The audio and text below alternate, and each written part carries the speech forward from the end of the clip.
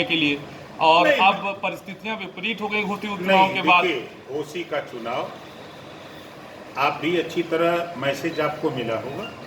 Bharatiya Samaj party किसी के साथ रहती है, मजबूती से अपने वोटरों को लेके वहां के चुनाव की समीक्षा करेंगे।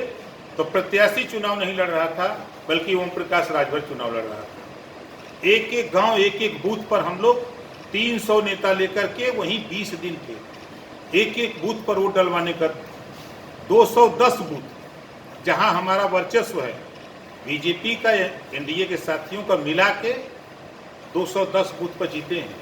हम वैसे ही चैलेंज पूरा करते हैं। और देखिए, चुनाव, लोकसभा का चुनाव देश के सवाल पे होता है और प्रदेश का चुनाव प्रदेश के सवाल पे। एक चुनाव जो हम तो आप लोगों को धन्य मानते हैं, पंचायत चुनाव आया तो आप लोगों ने कहा कि सेमीफाइनल चुनाव है 24 का, वो बीत गया। निकाय चुनाव आ गया, भाई अभी सेमीफाइनल है। 17 तो निगम हार गए। फिर बाई इलेक्शन आया लोकसभा का आजमगढ़ रामपुर, कि अब ये सेमीफाइनल दोनों हार गए। फिर 2 चुनाव आया, फिर हार जीत हुई, फिर ये चुनाव आया। ये चुनाव, लोकसभा के चुनाव में कोई मतलब नहीं। आज के तारीख में देश में नरेंद्र मोदी जी के मुकाबले कोई अभी तक कैंडिडेट तैयार नहीं है। विपक्ष में भी कोई तैयार नहीं है, चाहे जो जितना चिल्ला ले। सब लोग तो कह रहे हैं कि हम, वो कौन हम, कैसे बनी बात। तो आखिर ये मोदी जादू की आप बात कर रहे हैं कि मोदी का वर्चस्व है, घोसी में क्यों नहीं देखने को मिला? कहाँ चूक हो गई? कहाँ चूक है? मोदी जी लड़ रहे थे वहाँ। आप ही ने कहा कि मोदी नहीं। ये देखिए, फिर आप लोगों को एक नशा है ना, आपको लोगों को पता चल जाएगा 24 में। तो 2024 में कुछ जादू चल पाएगा आपका? हमारा क्या जादू है? माननीय नरेंद्र मोदी जी का जादू चलेगा। हमने 14 के चुनाव में देखा कि प्रत्याशी नहीं लड़ रहा था, मोदी के नाम पर वोट मिल रहा था।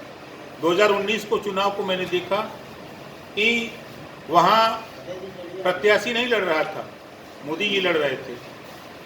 वो देश का चुनाव था। अब आप एक छोटे से चुनाव को लेकर के परेशान हैं, परेशान मत होइए। अच्छा, आप जरा इतिहास को पढ़िए। आप देखिए, जब सपा और बसपा दोनों मिल के लड़े, दोनों के पास 2 लाख, 1.5 लाख, 2.5 लाख वोट एक पार्लियामेंट में है, दोनों अलग हो गए। दोनों मिल के लड़ रहे थे, 64 सीट जीती थी बीजेपी। अब दोनों अलग हो गए, तो विधा में दोनों गए, माया मिली ने। तो क्या मान के चले आपके घर में मोदी हार गए? कहाँ? घोसी। आपको नशा है? आपने कहा था कि एक चिट्ठी नहीं पड़ेगी, और घोसी में आपके घर में चुनाव। अच्छा, नहीं, अच्छा ही बताइए। चुनाव में निर्दल भी लड़ रहा था, वो भी कहा था कि हम डंके की चोट पर जीत रहे हैं।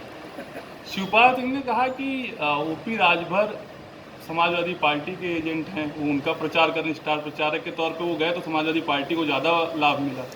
देखिए, माननीय शिवपाल यादव जी बड़े नेता हैं। शिवपाल जी के 3 बयान मैं बता रहा हूं। जब उन्होंने प्रगतिशील समाजवादी पार्टी बनाई, पहला बयान दिया कि समाजवादी पार्टी में एक शकुनी है, उनका इशारा था प्रोफेसर राम गोपाल की तरफ। दूसरा उनका बयान आया, आपने पढ़ा होगा, देखा होगा, कि समाजवादी पार्टी में लुच्चे लफंगे आ गए हैं, शराब माफिया आ गए हैं, गरीबों की जमीन कब्जा करने वाले लोग आ गए हैं। माननीय मुलायम सिंह यादव जी का बयान है कि देश में पहला नेता मैं हूं जिन्होंने अपने बेटे को मुख्यमंत्री बनाया, और वो हमारा नहीं हुआ, और चाचा का, शिवपाल का भी नहीं हुआ, वो देश में किसी का नहीं हो सकता है। ये माननीय मुलायम सिंह जी ने कहा है। वीडियो में अभी खोल के दिखा दूं।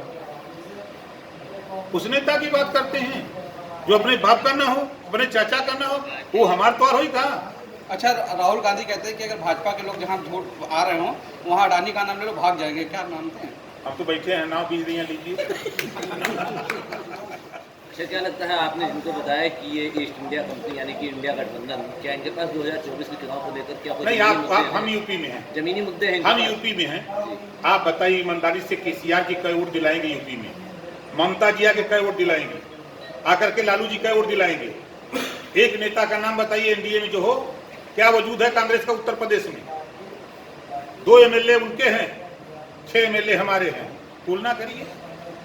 तो राहुल गांधी के खिलाफ आपके पार्टी का कोई नेता है, आप चुनाव लड़ेंगे? अरे महाराज, हम राहुल के खिलाफ कहीं लड़ नहीं जाए। हमको लोकसभा लड़ना नहीं, तो हम क्या करें जा कोई के खिलाफ लड़ने।